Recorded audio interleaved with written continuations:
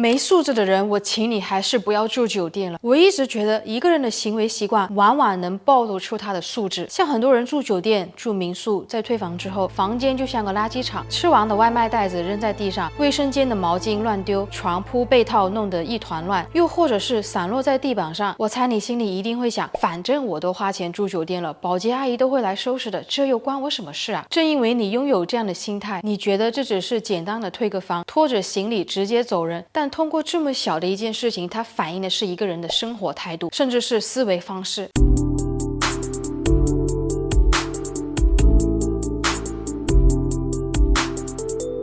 在去年旅游的这半年以来，包括今年我也旅游了好几个月了，住过的酒店和民宿不知超过多少间，同时也有帮忙管理在美国的民宿，所以呢，我见过太多不一样的客人。有的人退房前会简单整理一下，将用过的东西放回原位。遇到这种神仙的客人，我真的是感激不尽。但有一些人真的是很没有素质，不如别出来住了。我也不是真的在劝你不要出来旅行，也不是说住酒店有什么问题，而是想说，如果你连最基本的公共礼仪和责任感都没有，那你住哪里就是灾难。今天呢，我也不是来讲教养这两个字，而是通过这期视频告诉你呢，真正能够自律的人是从来不会让自己活得太过于邋遢。我们总说一个人的房间是藏着他的生活状态，同样的，一个人在外住酒店的样子也暴露了他的思维方式。你在外面是什么样的，你的生活就是什么样子。如果你喜欢在退房时随手把用过的东西归位好，把垃圾集中好，将浴巾挂起来，那往往在生活中你也是一个有条理，那你思维模式就是事情该怎么做就怎么做，不会给别人添堵，也不会给自己添乱，因为你的行为模式早就成了一种条件反射，甚至可以说是一种肌肉记忆。如果你在家吃完东西随手就丢，衣服鞋子乱扔，桌面永远是乱七八糟，那到了酒店后也不可能突然变得整洁起来。所以还有另外一种人，他们从来都不会去整理，反正我这房费都交了，对吧？自己能多躺一秒是一秒，能少干点活就少干一点。因此这类人住酒店的方式是这样的：浴巾直接扔在地上，吃完外卖将包装袋和垃圾堆满在桌上和地上，枕头抱枕丢的到处都是，衣架用完也不会挂回去，最后就是卫生间洗手台上全是水渍、牙膏渍，因为他们从来不会觉得这些行为有什么问题，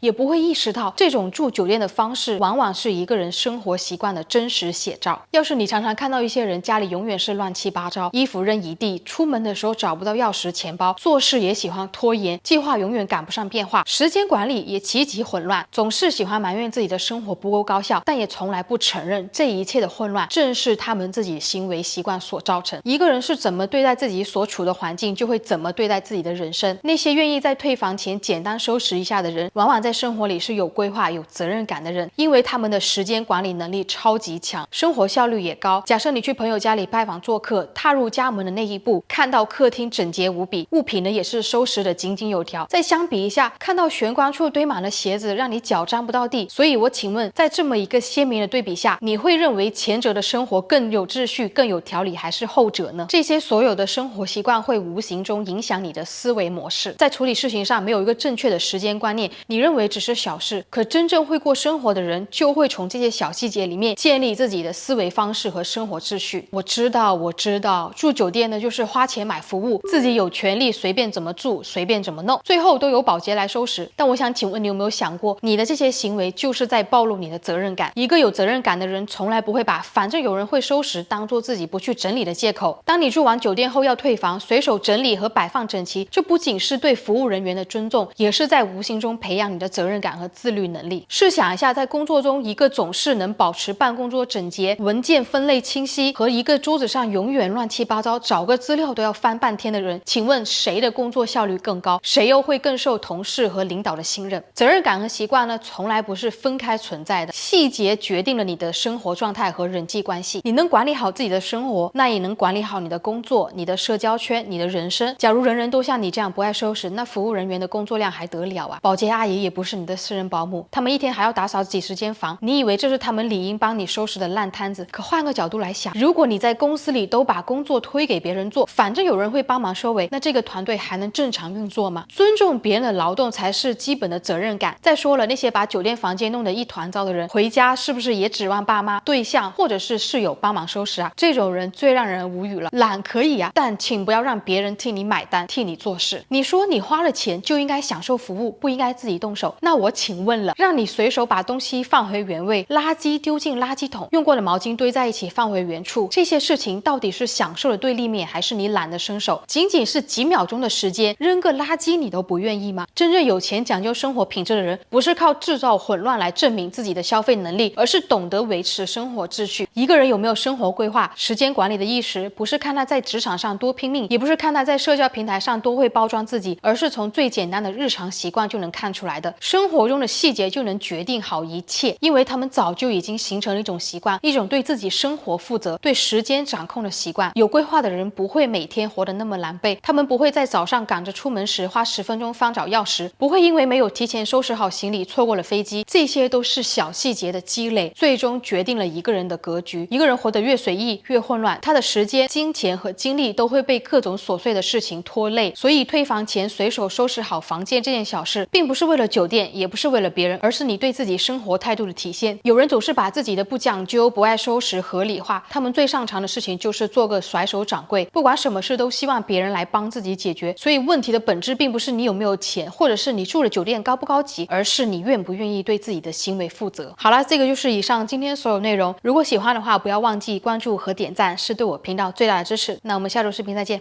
拜拜。